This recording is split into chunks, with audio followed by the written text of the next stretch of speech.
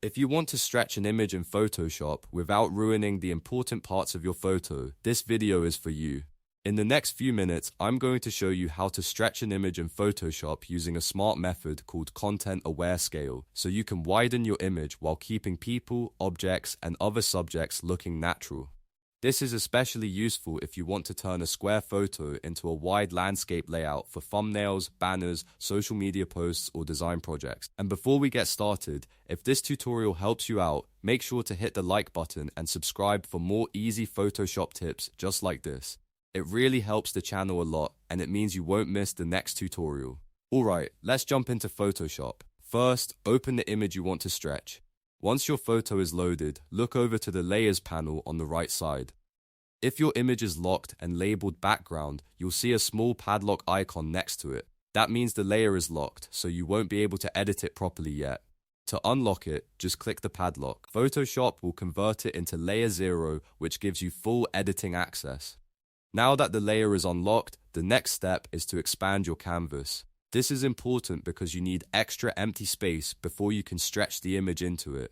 To do that, select the crop tool from the left toolbar or simply press C on your keyboard. Once the crop tool is active, you'll see handles around the edges of your image. Click and drag the side handles outward to make the canvas wider.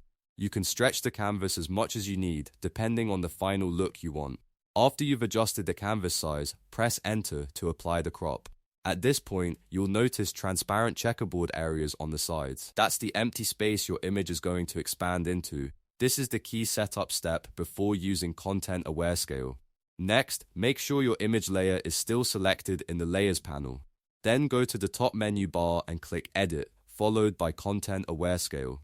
If you prefer keyboard shortcuts, you can use Ctrl, Alt, Shift, and C on Windows, or the Mac equivalent if you're on a Mac system. Once content-aware scale is active, Photoshop will place a bounding box around your image. Now comes the part where the magic happens. Grab the side handles of the bounding box and drag them outward to fill the empty canvas space.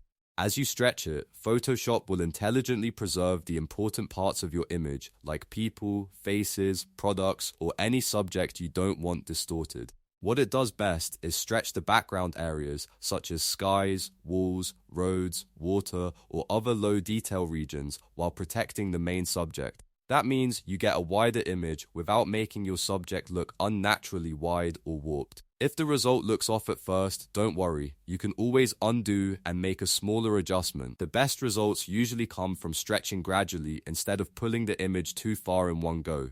Photoshop works best when there's enough clean background for it to analyze.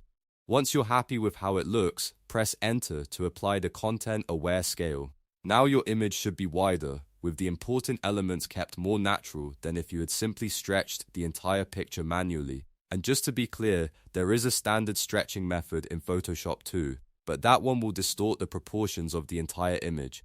It can be useful in some design situations, but if you want a more realistic result, content-aware scale is usually the better choice. So to recap, unlock the layer, expand the canvas, use content-aware scale, and drag the image wider while letting Photoshop protect the important details. It's a simple workflow, but it can save you a lot of time and help your edits look much more professional. If this Photoshop tutorial helped you, please hit the like button and subscribe for more step-by-step guides. And if you want, I can also show you how to stretch an image in Photoshop using Free Transform, how to resize without losing quality, or how to fill empty space in a photo the easy way.